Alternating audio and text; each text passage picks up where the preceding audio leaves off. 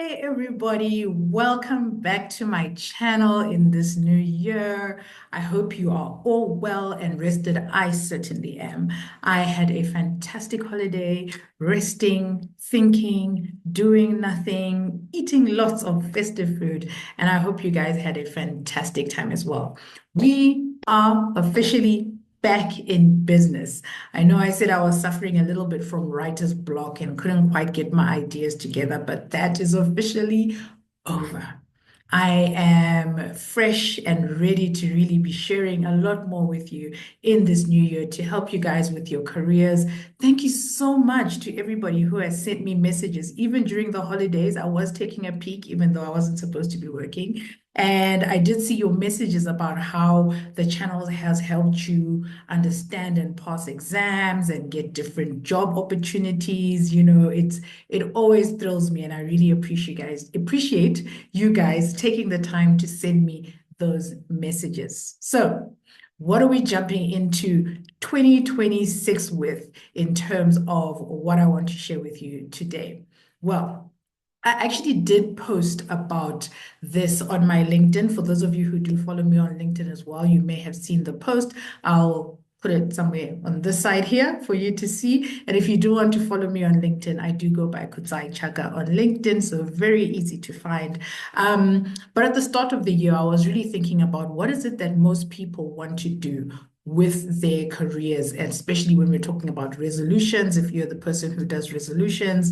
And I realized that this is always the time of year, especially when you've had time of reflection, to really be thinking, you know what, maybe I'm keen to explore new opportunities in the job market. And new year, new job is a lot of people's resolution as they are stepping into 2026, whether you are motivated by maybe you just are not feeling challenged or happy where you are, or you're motivated to start your career in compliance and you're seeking that opportunity. So I thought I would share some advice and thoughts and help you think through, your approach when you are looking opportunities. And I am fully confident in the fact that if you follow these 4 tips that I want to share with you today in terms of how to approach getting a new job and a new opportunity in the compliance space in 2026, then you will be securing that. And I am very much hoping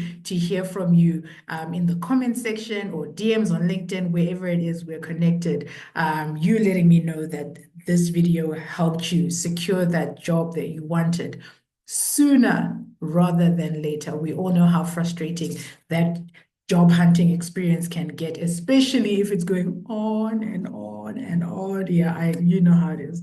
So let's get straight into it. I have 4 tips in terms of the advice that I want you guys to take and really think through in terms of your job hunting approach in terms of seeking those new opportunities in 2026. So let's jump straight into number 1. This one is more a forewarning than anything else, but just what I want you to realize. One of the number 1 questions that I get from people on this and every other platform on which I'm active is, what certificate should I pursue? What degree should I get? What course should I do? What qualification, essentially, should I get to allow me to get a career in compliance? And trust me, I love education. I'm a strong believer in it. But the number 1 thing I want you to understand is that you cannot, and please do not, place too much reliance on your educational qualifications when pursuing a career in compliance or any career. If you think about it, if there are 1,000 applicants for a job, you can pretty successfully estimate that maybe 10% of you have got the same or similar qualifications.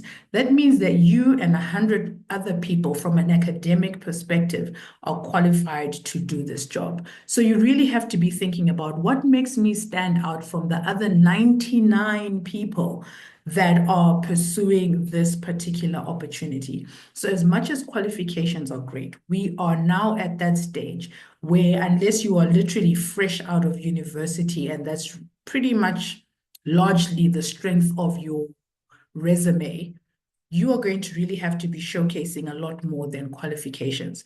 I have seen people who have got degrees upon degrees and masters and PhDs and all sorts of things who are still, and that's wonderful if that's their passion is education.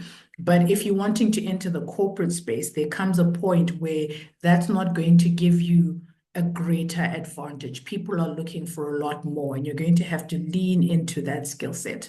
So don't place over reliance on certificates. Get it, but realize that a lot of people are applying that exact same strategy, and it is leveling the playing field with a number of you qualifying from an academic perspective, a certification perspective. So, what is it that's going to make you stand out from the crowd?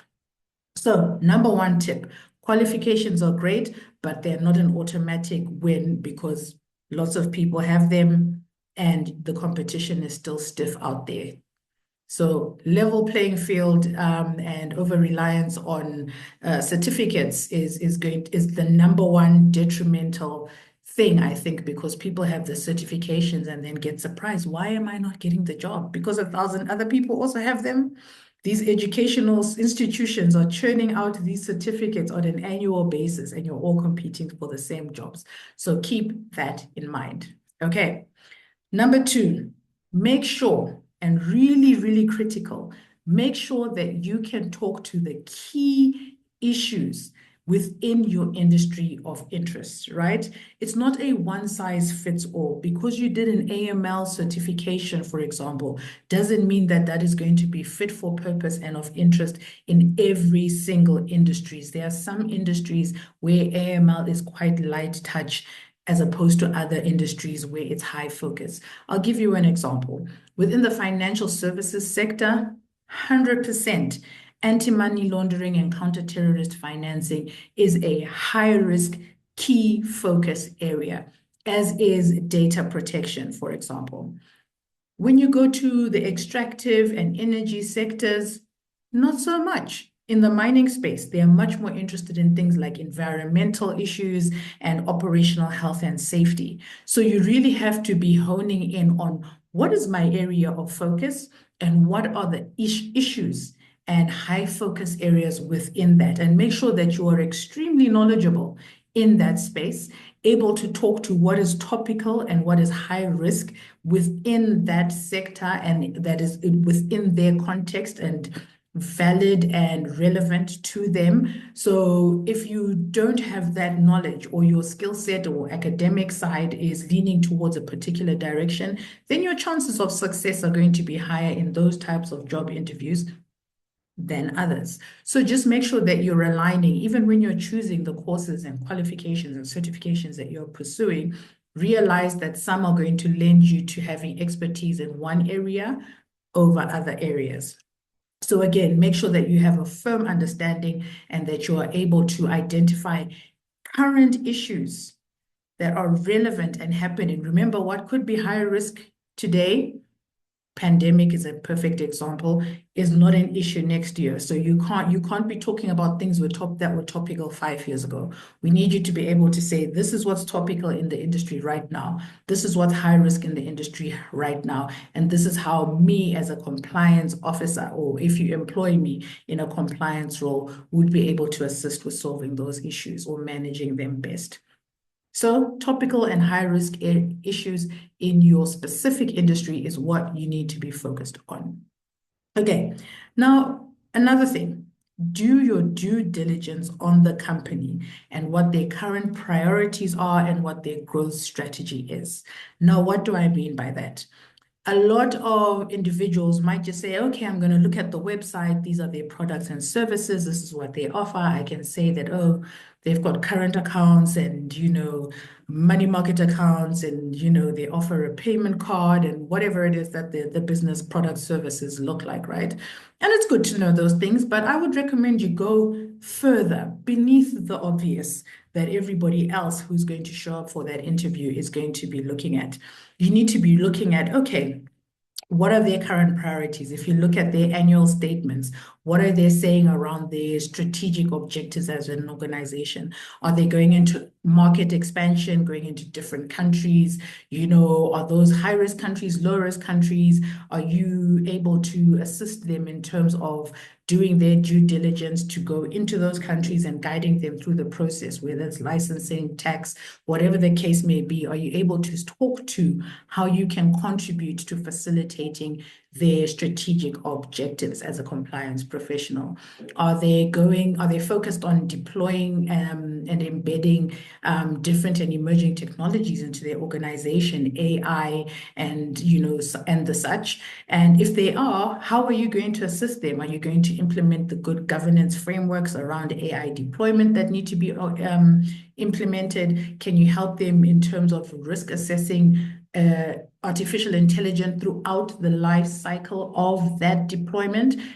Be able to talk to those types of things and show knowledge that, listen, I've seen that as an organization, you have been doing exercises around, getting rid of legacy systems and regularizing your platform. This is what I think from a risk perspective I would be looking at and monitoring and all that and the such. Be able to talk to their unique and specific things that are happening within that organization that is obviously available in the public domain. No one is saying you have to go out there and start playing Inspector Gadget and doing some ridiculous deep dive, because that could look creepy in the in the interview, but just show that you've gone above and beyond to really understand beyond the surface level of a website what exactly it is. Well, let me not say that, because usually, annual statements and the financials are all on the on the website, but you know what I mean. Go beyond the cover page, the landing page of the organization, and go a little bit deeper. There's a lot of information in there that can show that you're a person who looks into the detail. So that's that third point. Really do your due diligence and homework and be able to speak to what you're aware of. And sometimes it's media releases, things that have come out in the press anyway. And if there's been a big cyber attack or a recent AML fine, obviously exercising good grace and manners as you talk about it, but you can talk to your awareness around the type of struggles they might have faced and how you can contribute from a solution perspective for risk management. So really do your homework on the company, and it will, I promise you, impress the hiring manager and the HR manager that you have that awareness. Better yet, if you can also contextualize that within broader industry and sector issues and really see that you can provide a micro and a macro view, oh, hands down, you will be one of the best candidates out there. Okay. So that's number 3. Number 4, the final thing that I want to share, and I've mentioned this on other videos before, but it just shows that it is something that never gets old and always needs to be in the back of your mind. Remember that as a compliance professional, you are an advisor, not a wait to be told type of person. You have to have your hand on the pulse of what is happening in the business. Be really plugged in. What are the plans? What are the projects? Understand the strategy of the organization and be able to advise them about what are the associated risks, what are the compliance obligations that are associated with whatever it is that they're trying to achieve, and guide them throughout the journey. It's not a plug in and plug out. You're a partner. They don't call us trusted advisors for nothing. You are walking the journey with them and advising them on how to manage the risks. Not to say no to everything under the sun, but advising them, how can we achieve what you want to achieve without exposing the business to unnecessary risks of, non-compliance and breaking the rules, when we could actually figure out ways to do it the right way. So you need to be able to demonstrate that you have the capacity to influence decision making. And obviously this happens as we're talking about more senior roles, but even within your world, decisions are being made at a tactical level every single day. If you can influence those type of decisions as you get higher and higher within an organization, you will have, earned your muscles, built your muscles for influencing the bigger decisions. So decision making and making an influence and impact on that, and also being able to drive action. Remember, as compliance professionals, we are not doers of the work. We are supporters and advisors on the work. So you have to be able to drive those who are, I mean, yes, drive those who are actually in the driving seat to do the work that needs to be done, whether it's aligning themselves with the proper processes, complying with them and sticking to them, and making sure they're actually using the controls that have been set in place, all that stuff that we do on a day-to-day basis. It all requires you to be able to influence and drive people to do the right thing. So as you are talking in your interview and trying to showcase your skills, let them know that you have that skill of leadership. Let them know that you have the ability to influence people and get them to do the right thing from a compliance perspective. And if you've got examples of how you've done that in the past, that is even more ideal. So as you are prepping, and we also have the interview guide that is still available on our website, but as you are prepping through the various questions, remember to frame it in that overall context that I have shared with you today.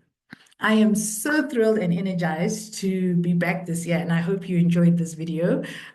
Good luck, first and foremost, with your interviews and job preps. Please do let me know about your successes, because that's all I'm expecting from you. I've given you the tools and the things you need to be thinking about and doing as you prepare, but let me know how it goes. I'm looking forward to hearing from you, and see you soon with a brand new video.